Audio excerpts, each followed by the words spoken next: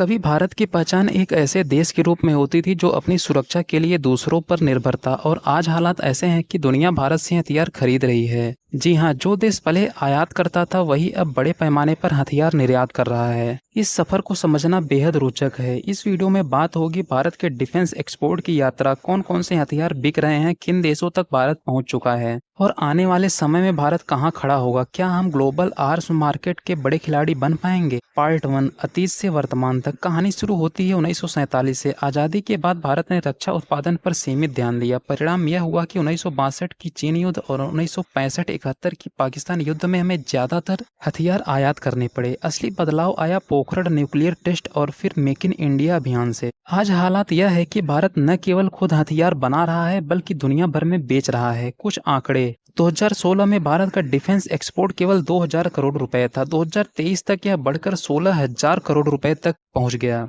सरकार का लक्ष्य है कि 2025 तक इसे 35,000 करोड़ रुपए तक पहुंचाया जाए।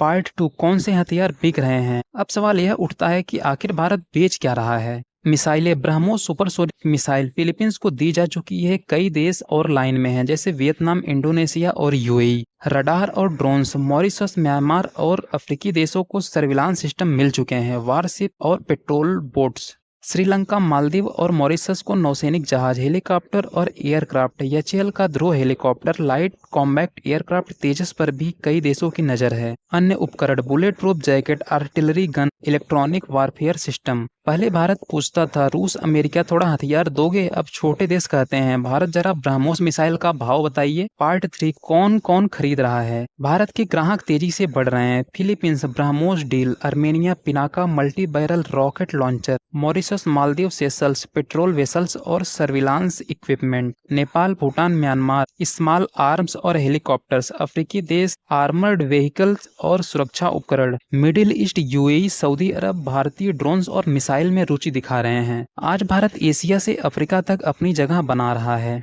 अब हालात ये है कि जैसे भारतीय शादियां बिना डीजे अधूरी लगती हैं, वैसे ही छोटे देशों की सुरक्षा बिना मेड इन इंडिया हथियार के अधूरी लगने लगी है। पार्ट 4, क्यों खरीद रहे हैं लोग भारत से हथियार। कोई भी देश हथियार खरीदने से पहले 3 बातें देखता है। नंबर 1 भरोसा, नंबर 2 कीमत, नंबर 3 राजनीति। भारत इन तीनों पर खरा उतरता है। भारतीय हथियार सस्ते और भरोसेमंद हैं। भारत की छवि है किसी पर दबाव न डालने वाला और भारत खुद उभरती शक्ति है जिससे जुड़ना सुरक्षित माना जाता है। यही कारण है कि भारत एक फ्रेंडली आर्म सप्लायर के रूप में पहचाना जा रहा है। पार्ट 5, भविष्य की संभावनाएं। बेहद रोमांचक भविष्य है भारत का। अगले 10 सालों में भारत टॉप 10 डिफेंस एक्सपोर्टर में आ सकता है। BrahMos, Tejas, Akash missile, Arjun tank, combat drone, ये सभी प्रोडक्ट भारत की पहचान बनने वाले हैं। Africa, South East Asia, Middle East बड़े मार्केट होंगे और यदि इंडिया यूएस तथा इंडिया यूरोप पार्टनरशिप और मजबूत हुए तो भारत का एक्सपोर्ट कहीं अधिक तेजी से बढ़ेगा। जिस भारत को कभी हथियार खरीदने के लिए सोचना पड़ता था, वही भारत अब दुनिया को कहेगा सुरक्षा चाहिए तो इंडिया से जुड़ो। भारत की डिफेंस एक्सपोर्ट यात्रा यह साबित करती है कि अब हम